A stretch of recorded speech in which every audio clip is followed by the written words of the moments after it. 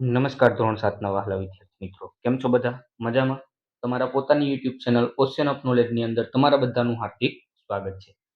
આજે આપણે તમારી જે નવી પ્રશ્ન બેંક છે એમનું સંપૂર્ણ એટલે સંપૂર્ણ સોલ્યુશન આ વિડીયો લેક્ચરની અંદર કરવાના છીએ. સામાજિક વિજ્ઞાન વિષયની ત્રિમાસિક કસોટી જે છે એમના માટે જે પ્રશ્ન બેંક આવેલી છે તેમનું આ વિડીયો લેક્ચરની અંદર આપણે સોલ્યુશન કરવાના છીએ. પ્રથમ સત્ર એમની અંદર પ્રકરણ નંબર 1, 2, 3, 10 અને 15 વર્ષ 2026-27નું આ પ્રશ્ન બેંકનું સોલ્યુશન છે એ આપણે આ જોવાના છે. ગુજરાત શૈક્ષણિક સંશોધન અને તાલીમ પરિષદ ગાંધીનગર દ્વારા ધોરણ 7 સામાજિક વિજ્ઞાનની જે પ્રશ્ન બેંક છે એમનું સોલ્યુશન આપણે આ વિડીયો લેક્ચરની અંદર જોવાના છે. તમને કીધેલું છે આપેલ પ્રશ્ન બેંકમાં પ્રશ્ન ક્રમ 1માં પ્રકરણ 1, 2, 3, 10 અને 15 માંથી આ વિભાગ માટે 10 પ્રશ્ન લેવા, દરેકનો ગુણ 1. બરાબર? એટલે કે તમારે જે ત્રિમાસિક એક્ઝામ છે એમની અંદર કઈ રીતના પેપર આપવું એમની સૂચના આપેલી છે. હવે દરેક વખતે આ સૂચનાઓ આપણે વાંચશું નહીં. મેં તમને ડાયરેક્ટ સોલ્યુશન છે એ આપું છું. બરાબર? તમારે જોતું જવાનું છે. પહેલો પ્રશ્ન છે, વિકલ્પવાળા પ્રશ્ન છે. 4 વિકલ્પમાંથી એક ઓપ્શન છે એ તમારે પસંદ કરવાનું છે. નીચે આપેલું કયું વિધાન અયોગ્ય છે? તો એમની અંદર આવશે બી. 7મી સદીમાં પુલકેશી બીજાના અવસાન બાદ ઉત્તર ભારતના નાના નાના સામ્રાજ્યમાં વિભાજન થયું. આ વિધાન ખોટું છે. બીજું છે, નીચેના પૈકી કયા ગુણો રાજપૂત રાજાઓમાં હતા? તો એમની અંદર આવશે ઓપ્શન ડી 1, 2, 3 અને 4 એટલે કે ચારેય ગુણો હતા. બહાદુર, ટેકીલા, ગો બ્રાહ્મણ પ્રતિપાલક અને શરણે આવેલું રક્ષણ કરવું. ત્રીજું છે, નીચેના પૈકી કઈ જોડ યોગ્ય છે? તેમની અંદર આવશે માળવા સોલંકી વંશ. ચોથું છે, પરમાર વંશમાં કયા કયા રાજા થઈ ગયા? તો એમની અંદર આવશે ડી સિયક, મુંજ અને ભોજ. પાંચમું છે, સોલંકી વંશ બાબતે નીચેના પૈકી કયું વિધાન અયોગ્ય છે? તેમની અંદર આવશે 1 અને 4 એટલે કે પહેલું વિધાન અને ચોથું વિધાન છે એ અયોગ્ય છે. છઠ્ઠું છે, વ્યાઘ્રપલ્લવી એ શું છે? તો વાઘેલ નામનું એક ગામ છે. ઓપ્શન સી રાઈટ આન્સર આવશે. સાતમું છે, દક્ષિણ ભારતમાં કયા કયા રાજપૂત રાજાઓ આવેલા હતા? તો એમની અંદર આવશે ચાલુક્ય, પરમાર, પલ્લવ અને ચોલ. આઠમું છે, નીચેના ઘટનાઓનો સાચો ક્રમ? તો 1, 2, 3 અને 4 એટલે કે આ ક્રમમાં જ છે. આ પહેલી, બીજી, ત્રીજી અને ચોથી. નવમું છે, હર્ષવર્ધનના અવસાન પછી ઉત્તર ભારતમાં શું બન્યું? તો એમની અંદર આવશે બી નાના મોટા સ્વતંત્ર રાજ્ય ઊભા થયા. 10મું છે, નીચેના પૈકી કઈ જોડ બંધબેસતી નથી? તો રાજા ભોજ ચૌહાણ વંશ. 11મું છે, નીચેના પૈકી કયું નગર મિત્રતાનું શ્રેષ્ઠ ઉદાહરણ છે? એ અણહિલવાડ પાટણ. 12મું છે, તમે પાટણના પ્રવાસે ગયા છો ત્યારે રાણીની વાવ જુઓ છો ત્યાં વંશના શાસક વિશે માહિતી મેળવી રહ્યા છો. તો આ કયો વંશ છે? તો કે સોલંકી વંશ. 13મું છે, ગઢવાલ ચંદ્રદેવ ને તો સાંગભરી તો ક્યાં આવશે? વાસુદેવ. 14મું છે, નીચેના પૈકી કઈ બાબત સોલંકી વંશના શાસનકાળ સાથે સંકળાયેલી નથી? તેમની અંદર આવશે ભોપાલ, દાનસાગરી, કીર્તિવર્મન, પૃથ્વીરાજ ચૌહાણ. 15મું છે, મોહમ્મદ ગજની ભારત પર ચડાઈનું મુખ્ય કારણ ભારતની અઢળક સંપત્તિના લીધે. ત્યારબાદ પ્રકરણ નંબર 2 છે. એમાં પહેલું, ગુલામ વંશ બાબતે કયું વિધાન અયોગ્ય છે? ગુલામ વંશ બાબતે કુતુબી એકબક દિલ્હી સલ્તનતનો બીજો સુલતાન બન્યો હતો. Option C. બીજું છે, સહેલગાન એટલે શું? તો 40 તુર્ક અમીરોનું દળ. ત્રીજું છે, દિલ્હી સલ્તનતની સ્થાપના કોણે કરી? તો કુતુબિન એબક. ચોથું છે, સહેલગાન ની રચનાનું મુખ્યત્વે કોના સમયમાં થાય? તો ઇલ્તુમિશ. પાંચમું છે, રઝિયા સુલતાનના શાસનનું સૌથી વિશિષ્ટ લક્ષણ શું હતું? તો પ્રથમ મહિલા સુલતાન. છઠ્ઠું છે, મોહમ્મદ બિન તુગલકની કઈ યોજના નિષ્ફળ ગઈ હતી? તો પ્રતીક મુદ્રા પ્રયોગ. સાતમું છે, રાજધાની દિલ્હીથી દૌલતાબાદ ખસેડવાનો નિર્ણય કોણે લીધો હતો? તો મોહમ્મદ બિન તુગલકે. આઠમું છે, વિજયનગર સામ્રાજ્ય બાબતે કયું વિધાન અયોગ્ય છે? તો આ રાજ્ય નર્મદા નદી કિનારે આવેલું હતું. નવમું છે, રાજા કૃષ્ણદેવ રાય બાબતે કયું વિધાન અયોગ્ય છે? તો વિજયનગરની પાસે તેમને મંગલપુર નામનું શહેર વસાવતું હતું. 10મું છે આંધ્રના ભોજ તરીકે કોને ગણના થતી હતી? તેમની અંદર આવશે કૃષ્ણદેવરાય. 11મું છે નીચેના પૈકી કઈ જોડ અયોગ્ય છે? તો કુતુબિન ઐબક ખિલજી વંશ. 12મું છે લોદી વંશના શાસકો કઈ જાતિના હતા? તો અફઘાન. 13મું છે નીચેના પૈકી કયો ક્રમ સાચો છે? તો એમની અંદર આવશે એ કુતુબિન ઐબક, ઇલ્તુમિશ અને રઝિયા સુલતાન. 14મું છે દાગ અને ચહેરા એ શું છે? તો ઘોડા અને સૈનિકોની ઓળખ માટેની એક પદ્ધતિ છે. 15મું છે નીચેના પૈકી કઈ ઘટના દિલ્હી સલ્તનતના અંત સાથે જોડાયેલી છે? તો પાણીપતનું પ્રથમ યુદ્ધ. 16મું છે લોદી વંશ પછી ભારતમાં કયા સામ્રાજ્યની શરૂઆત થઈ? તો મુઘલ સામ્રાજ્ય. 17મું છે દિલ્હી સલ્તનતના વિવિધ શાસકોના અભ્યાસથી મુખ્ય નિષ્કર્ષ શું મળ્યું? તો કે ઓપ્શન એ દરેક શાસકની નીતિઓ અને પ્રાથમિકતાઓ અલગ હતી. ત્યારબાદ પ્રશ્ન ક્રમ 18 છે કુતુબ મિનારનું નિર્માણ કોના સમયમાં થયું હતું? તો કુતુબિન ઐબકના. 19મું છે કુતુબ મિનાર કયા યુગની સ્થાપના કળાનું ઉત્તમ ઉદાહરણ છે? તો એમની અંદર આવશે દિલ્હી સલ્તનત. 20મું છે ઢાઈ દિન કા ચોપડા એ શું છે? તો તે એક મસ્જિદ છે. ત્યારબાદ પ્રકરણ નંબર 3 છે એમાં પહેલું પાણીપતના પ્રથમ યુદ્ધ સંદર્ભે નીચેના વિધાનો ધ્યાને લો. તો એમની અંદર આવશે વિધાન 1 અને 2 બંને. બીજું છે મુઘલ શાસન બાબત વિશે નીચેના કયું વિધાન ખોટું છે? તો એમની અંદર આવશે ઓપ્શન ડી વિધાન છે કેવું છે? ખોટું છે. ત્રીજું છે સાહિત્ય અનુવાદ ક્ષેત્રે અકબરના સમયમાં થયેલ કયા અંગો ક્યું જોડવું અયોગ્ય છે?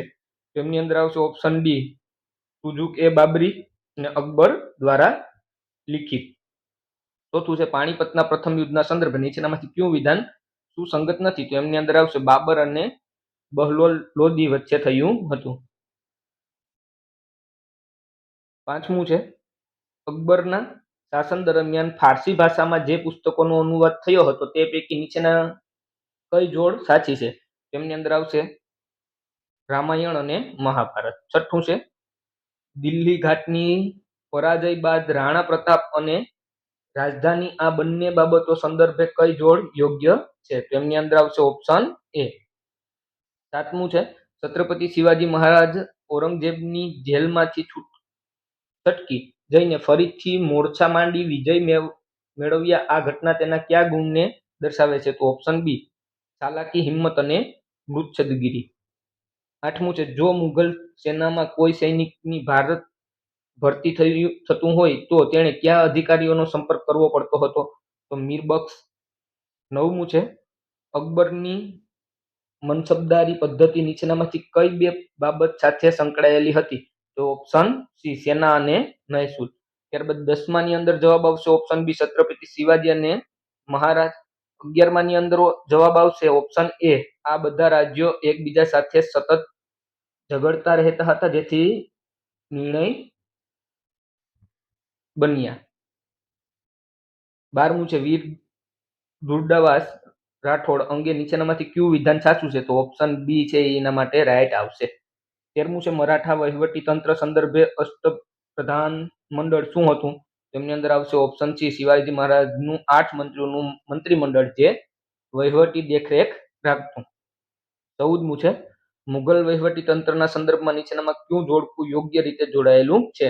તો આપેલ તમામ દરેક યોગ્ય રીતે જ જોડાયેલા છે. એમના પછી આપણે આગળ જોઈએ.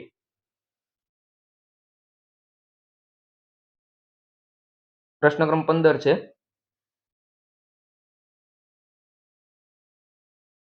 અકબરની મનસબદારી મહેસૂલી વ્યવસ્થાના સંદર્ભમાં નીચેના વિધાનો ચકાસો. તો એમની અંદર આવશે બી માત્ર 2 અને 3. 16મું છે મુઘલ કાલીન સંસ્કૃતિને કઈ મિશ્ર સંસ્કૃતિ તરીકે ઓળખવામાં આવે છે જે હિન્દુ અને મુસ્લિમ સંસ્કૃતિનો સમન્વય થતો હતો? તો ગંગા જમુના સંસ્કૃતિ. 17મું છે અકબર અને ગુજરાત વિજય આ બંને સંદર્ભે નીચેનામાંથી કયું સ્થાપત્ય સુસંગત છે? તેમની અંદર આવશે એ બુલંદ દરવાજા.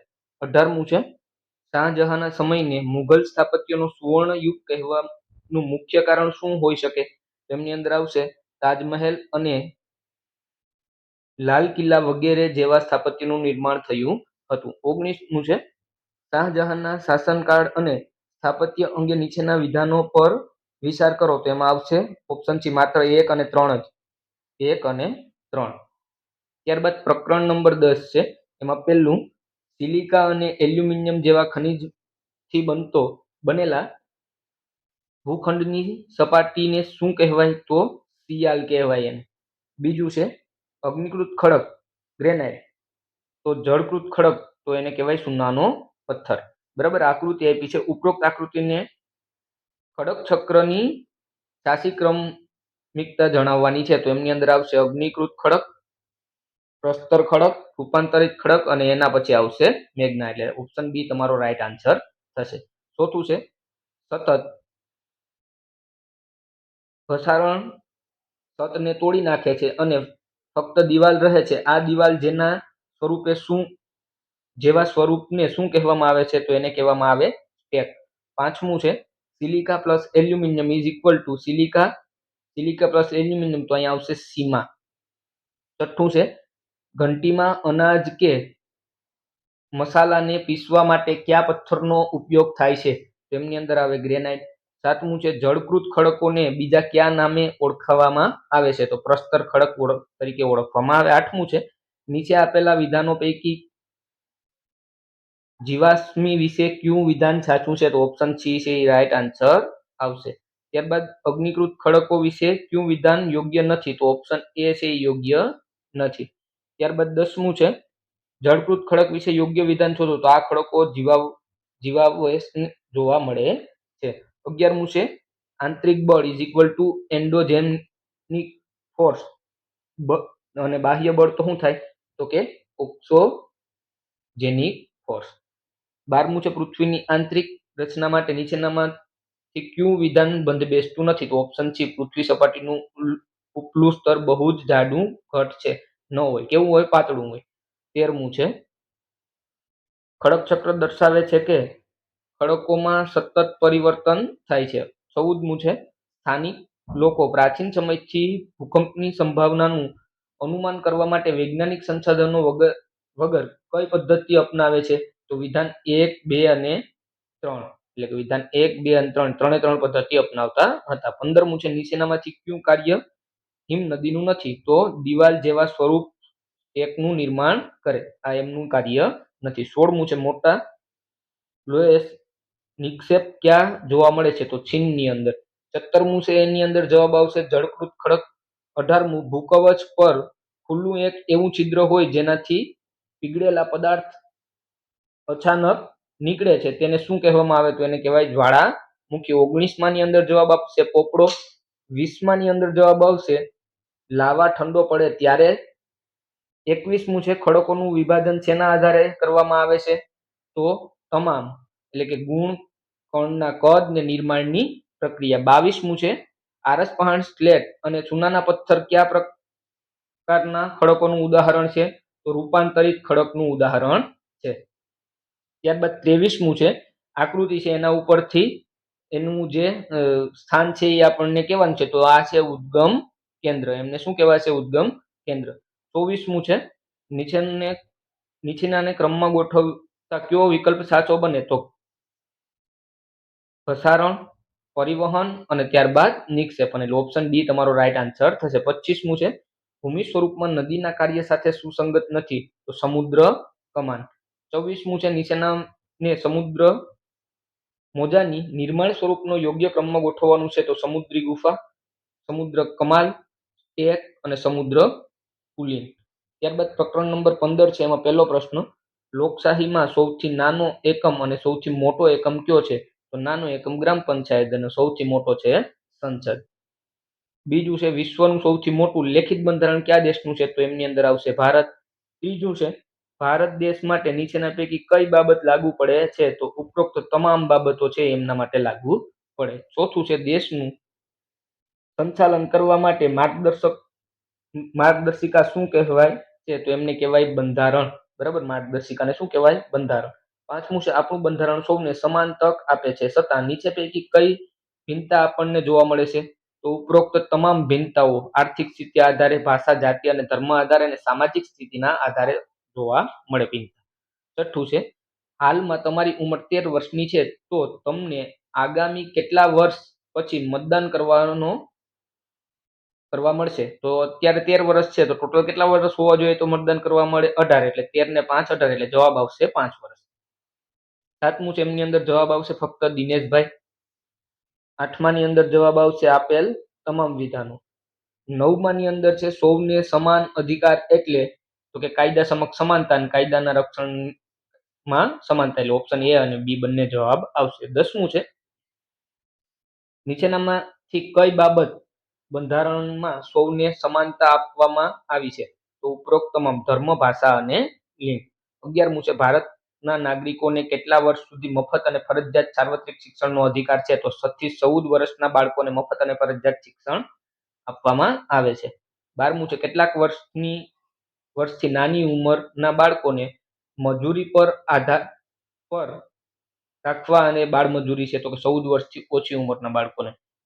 પ્રશ્ન 2 હવે છે ખાલી જગ્યા પૂરો અથવા તો ખરા ખોટા અને મને ઓળખો. આ પ્રકારના પ્રશ્ન છે, બરાબર. તો એમાં પહેલા ખાલી જગ્યા વાળા પ્રશ્ન છે. તો હેમચંદ્રાચાર્ય ખાલી જગ્યા ગ્રંથની રચના કરી હતી? તો શીઘ્ર હેમ શબ્દ નું શાસન નામનો ગ્રંથની રચના કરી. બીજું છે જુનાગઢ શાસન રા ખેંગારની દીકરી ખાલી જગ્યા હતા? તો રાણક દેવી. ત્રીજું છે વાઘેલા વંશના છેલ્લા શાસક ખાલી જગ્યા હતા? તો કર્ણદેવ વાઘેલા. ચોથું છે ભોપલ શહેર ખાલી જગ્યા રાજાએ વસાવ્યું હતું? રાજા ભોજ. પાંચમું છે ચૌહાણ વંશના સ્થાપક ખાલી જગ્યા હતા? વાસુદેવ. સાતમું છે ભદ્રતુસાગર ગ્રંથની રચના ખાલી જગ્યાએ કરી હતી? તો બલ્લાલ સેન. સાતમું છે શેરનું બીજું નામ ખાલી જગ્યા છે? તો કેરળ. આઠમું શેર વંશનો પ્રથમ વાંચક ખાલી જગ્યા હતા? તો ઉદય સેન. નવમું છે એમની ખાલી જગ્યામાં આવશે કાચીપુરા. 10મી ખાલી જગ્યામાં આવશે અણહિલવાડ પાટણ. 11મી ખાલી જગ્યામાં આવશે ધારાનગરી. 12મી ખાલી જગ્યામાં આવશે યસ્કર. 13મું છે રાજપૂત યુગના શાસનમાં ન્યાયતંત્રનો સર્વોચ્ચ વડો ખાલી જગ્યા હતા? તો રાજા. અને 14મું છે રાજપૂત યુગના જમીન પરનો કર ખાલી જગ્યા નામે ઓળખાતો? ભાગ નામે. એમના પછી છે ખરા ખોટા. તો પેલું છે ભારતની રાજપૂતાણાઓ વિશ્વ માટે પ્રખ્યાત હતી વિધાન સાચું છે. બીજું ગઢવાલ રાજ્ય બુલેનખંડમાં આવેલું હતું? વિધાન ખોટું છે. ત્રીજું છે અજય રાજ્ય અજયમેર શહેર વસાવ્યું હતું? વિધાન સાચું છે. ચોથું વિધાન પણ સાચું છે. પાંચમું ચૌહાણ વંશના સ્થાપક કૃષ્ણપાલ હતા? વિધાન ખોટું છે. છઠ્ઠું દેવગીરીમાં યાદવોનું શાસન હતું? વિધાન સાચું છે. સાતમું વિધાન પણ સાચું છે. આઠમું પાંડ્ય રાજ્ય વેપારનું મોટું મથક હતું? વિધાન સાચું છે. નવમું દેવગીરી વર્તમાન સમયનું ભોપાલ શહેર છે? વિધાન ખોટું છે. 10મું ચાલુક્ય વંશનો પ્રથમ રાજા પુલકેશી બીજો હતો? વિધાન ખોટું છે. ત્યારબાદ 11મું વિધાન રાઈટ છે. 12મું વિધાન ખોટું છે. 13મું સેતુવન એ ચેર શાસકોના સર્વશ્રેષ્ઠ શાસકો હતા? વિધાન સાચું છે. અને 14મું છે વિધાન ખોટું છે. ત્યારબાદ પણ પ્રકરણ 2 ની જ ખાલી જગ્યાઓ છે, આગળ જોઈએ, બરાબર. દરેક ખાલી જગ્યામાં તમને અંડરલાઈન કરીને આપેલી છે. પેલી ખાલી જગ્યામાં આવશે શિહાબુદ્દીન ગોરી. બીજી ખાલી જગ્યામાં આવશે સોગાન. ત્રીજીમાં આવશે સહેલગાન. ચોથીમાં આવશે રિઝિયા સુલતાન. પાંચમીમાં આવશે નાસિરુદ્દીન. છઠ્ઠી ખાલી જગ્યામાં આવશે સહેલગાન. સાતમી ખાલી જગ્યામાં આવશે દાગ. આઠમામાં આવશે અલાઉદ્દીન ખિલજી. નવમામાં આવશે તરંગી.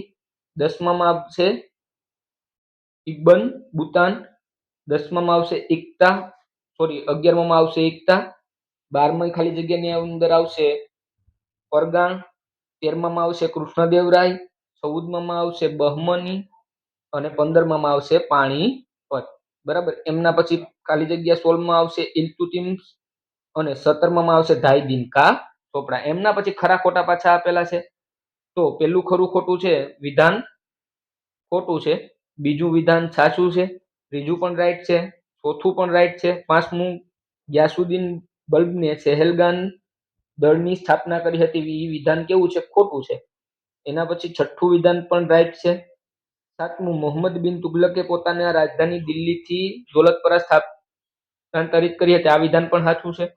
ત્યારબાદ વિધાન નંબર 8 છે એ કેવું છે? ખોટું છે. લોધી વંશનો પ્રથમ અફઘાન શાસન બહાલો લોદી હતો. વિધાન સાચું છે. એમના પછી પ્રશ્ન ક્રમ 10 પણ રાઈટ છે.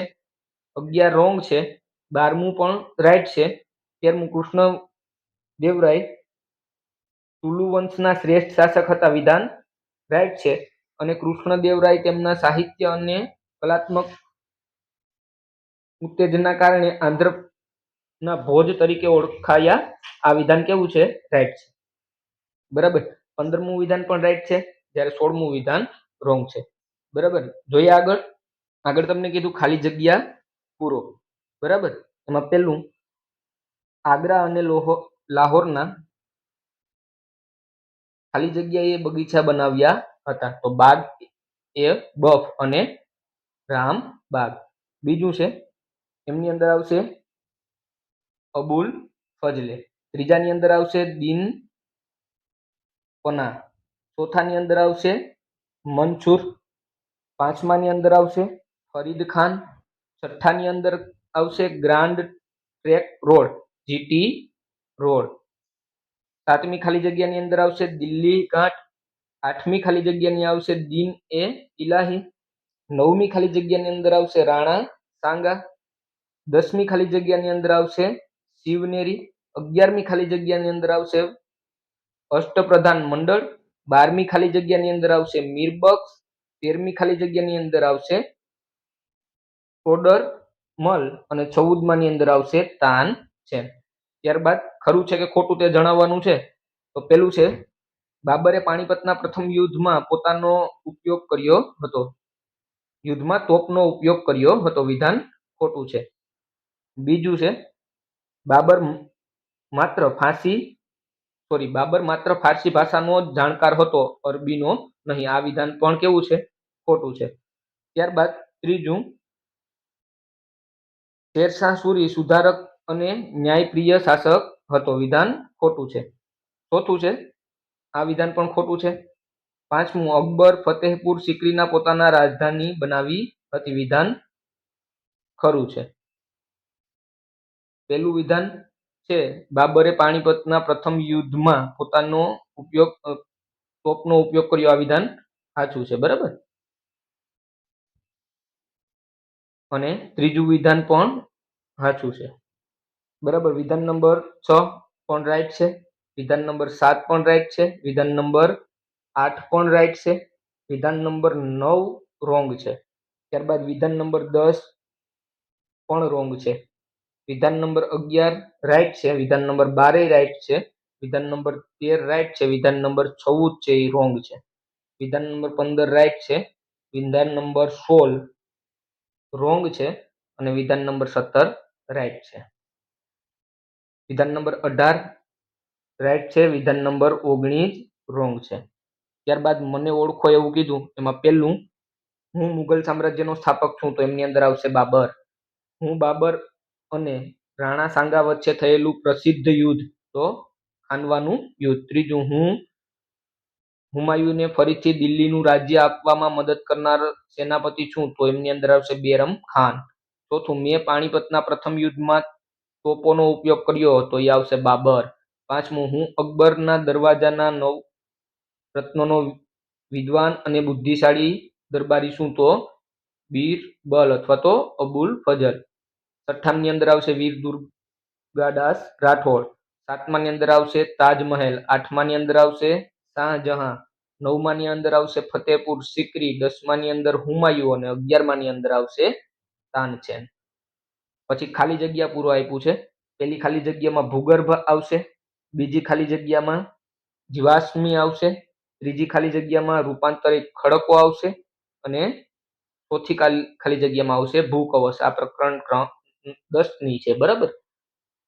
એમની અંદર પછી પાંચમું છે, હિમ નદી ઘસારણ દ્વારા યુ આકારની ખીણનું નિર્માણ કરે છે. અને એમના પછી ઢુવા. એમના પછી ખાલી જગ્યામાં આવશે ઢુવા. એમના પછી આપ્યા ખરા ખોટા. બરાબર. દરેકની હું સૂચના વાંચતો નથી. મેં તમને આગળ કીધું, તમને હું પ્રશ્નનું સોલ્યુશન જ આપું છું. બરાબર. પહેલું છે ભૂકવચ એ પૃથ્વીની સપાટીનું સૌથી પાતળું સ્તર છે, વિધાન સાચું છે. બીજું, નિર્માણ પ્રક્રિયાની દ્રષ્ટિએ ખડકોના 4 ભાગ પડે છે, વિધાન ખોટું છે. કેટલા ભાગ પડે? ખાલી 3 જ ભાગ પડે.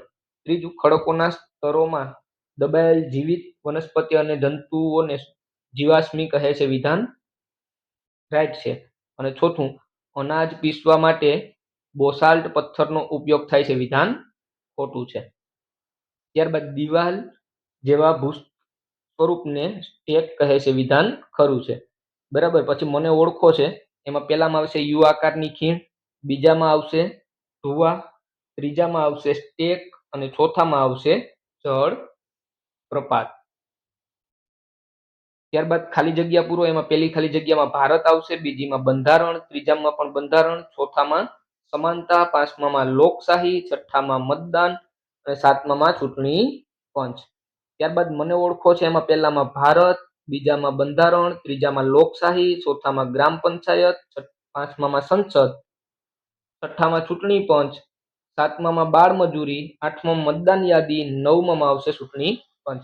તમારે દરેકનું સોલ્યુશન હું અહીંયા બોલું છું, પ્રશ્ન જોઈ લેવાના છે. યોગ્ય જોડકા જોડો. બરાબર. એમની સામે જ એમનો રાઈટ આન્સર આપેલો છે, તમારે જોતું જવાનું છે. જો પહેલું, તો પહેલાની સામે સી, બીજાની સામે એ આવશે, ત્રીજાની સામે ઈ અને ચોથાની સામે બી. ખેદી રાજ્ય, ગોહિલ રાજ્ય, સોલંકી રાજ્ય અને ગઢવાલ રાજ્ય. બીજું જોડકું છે, એમાં ભોજ તો આવશે માળવા, રાખેંગાર તો આવશે જુનાગઢ, વનરાજ સાવડા તો આવશે અણહિલવાડ પાટણ અને વાસુદેવ તો આવશે સાંગભરી.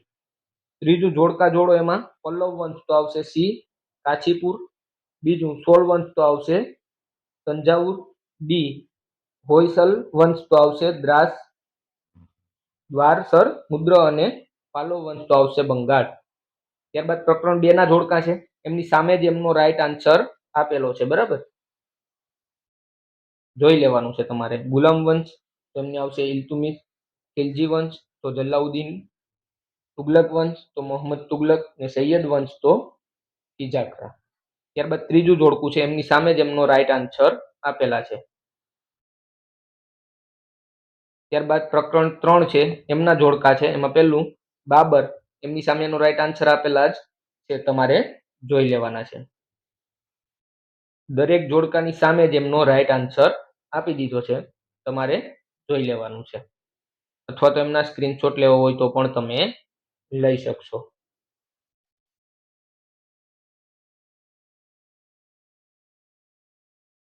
દરેકની સામે એનો રાઈટ આન્સર જ આપેલો છે. ત્યારબાદ પ્રકરણ 1 છે.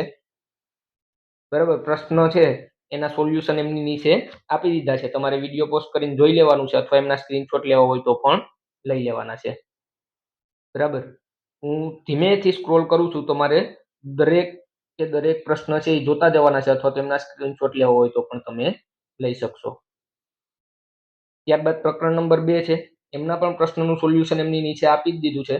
તમારે વિડીયો પોસ્ટ કરીને લખવો હોય તો લખી શકશો, તૈયાર કરવો હોય તો તૈયાર પણ કરી શકશો, અથવા તો એમનો સ્ક્રીનશોટ લેવો હોય તો લઈ શકશો.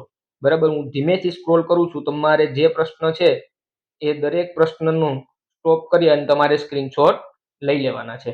બરાબર.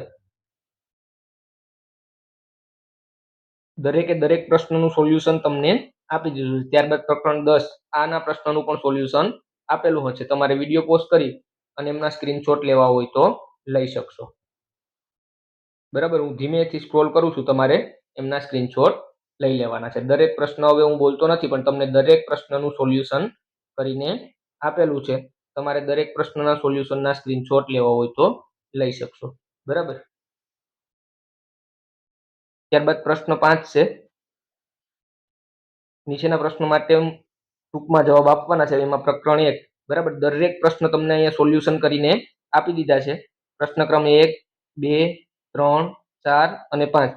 દરેકનું સોલ્યુશન એની નીચે વ્યવસ્થિત રીતના કરીને આપ્યું છે, તમારે વિડીયો પોસ્ટ કરી અને જોઈ લેવાનું છે, અથવા એમના સ્ક્રીનશોટ લેવો હોય તો પણ મળી જશે. ત્યારબાદ પ્રશ્ન ક્રમ 6, 7, 8 અને 9. દરેકનું સોલ્યુશન અહીંયા આપી દીધું છે, તમારે વિડીયો પોસ્ટ કરીને એમનું સ્ક્રીનશોટ લેવો હોય તો લઈ શકશો. ત્યારબાદ પ્રશ્ન ક્રમ 10 નું પણ સોલ્યુશન આપેલું છે. ત્યારબાદ પ્રકરણ નંબર 2 એમના પણ દરેક પ્રશ્નના સોલ્યુશન આપેલા છે. બરાબર, તમારે વિડીયો પોસ્ટ કરી અને એમના સ્ક્રીનશોટ લેવા હોય તો લઈ શકશો. પ્રશ્ન ક્રમ 6 અને 7 દરેક એટલે દરેક પ્રશ્નના સોલ્યુશન તમને આપેલા જ છે. બરાબર, તમારે તૈયાર કરવા હોય તો વિડીયો પોસ્ટ કરીને તૈયાર કરી શકશો, અથવા તો એમના સ્ક્રીનશોટ લેવા હોય તો પણ લઈ શકશો. બરાબર, તમારી આ જે સંપૂર્ણ એટલે સંપૂર્ણ ધોરણ 7 ની સામાજિક વિજ્ઞાનની પ્રશ્ન બેંકનું સોલ્યુશન અહીંયા આપેલું છે. દરેક પ્રશ્નના સોલ્યુશન કરીને આપેલા છે. બરાબર, તમારે આમનો પણ સ્ક્રીનશોટ લેવો હોય તો લઈ શકશો. પ્રકરણ નંબર 3 બરાબર, પ્રશ્ન ક્રમ 1, 2, 3, 4 અને 5 બરાબર, દરેક પ્રશ્નના સ્ક્રીનશોટ લેવા હોય તો લેતા જજો. તમને સચોટ અને સંપૂર્ણ સાચું સોલ્યુશન અહીંયા આપેલું જ છે. ત્યારબાદ છઠ્ઠું છે, સાતમું છે, દરેકના જવાબ તમને અહીંયા સોલ્વ કરીને આપેલા છે. તમારે સ્ક્રીનશોટ લેવા હોય તો પણ લઈ શકશો, અથવા તો વિડીયો પોસ્ટ કરીને લખવું હોય તો પણ લખી શકશો. વિડીયો પોસ્ટ કરીને તૈયાર કરવા હોય તો પણ કરી શકશો. પ્રશ્ન ક્રમ 8, 9, 10, 11, 12 દરેકના સોલ્યુશન આપેલા છે. પ્રશ્ન ક્રમ 13 એમનું પણ સોલ્યુશન આપેલું છે. હું ધીમેથી સ્ક્રોલ કરું છું, તમારે સ્ક્રીનશોટ લેવો હોય તો લેતા જવાના છે. પ્રશ્ન ક્રમ 14, 15, 16, 17 અને 18 એટલા સુધીનો સ્ક્રીનશોટ લેવો હોય તો પણ લઈ શકશો. ત્યારબાદ પ્રશ્ન ક્રમ 19, 20 આમનો સ્ક્રીનશોટ લેવો હોય તો લઈ લેજો. બાકી જોઈએ આગળ પ્રશ્ન ક્રમ 21, 22 એમનું પણ સોલ્યુશન આપેલું છે. ત્યારબાદ પ્રકરણ નંબર 10 આમના પણ દરેકનું સોલ્યુશન આપેલું છે. બરાબર, તમારે જોઈ લેવાનું છે અથવા એમના સ્ક્રીનશોટ લઈ લેવાના છે. પ્રશ્ન ક્રમ 1, 2, 3 તફાવત સ્વરૂપે અગ્નિકૃત ખડક, જળકૃત ખડક, પ્રસ્તર ખડક ને રૂપાંતરિત ખડક બંનેના સોલ્યુશન અહીંયા આપેલા છે. તમારે જોઈ લેવાનું છે. ચોથું છે રૂપાંતરિત ખડક એટલે શું. પ્રશ્ન ક્રમ 5 છે, 6 છે. ત્યારબાદ છઠ્ઠું આપ્યું, નીચેના પ્રશ્નના સવિસ્તાર જવાબ આપવાના છે. એમાં પ્રકરણ પહેલું છે. બરાબર, અહીંયા જવાબ આપેલા છે. તમારે જોઈ લેવાના છે, અથવા એમના સ્ક્રીનશોટ લેવા હોય તો પણ તમને છૂટશે. તમે સ્ક્રીનશોટ લઈ શકશો.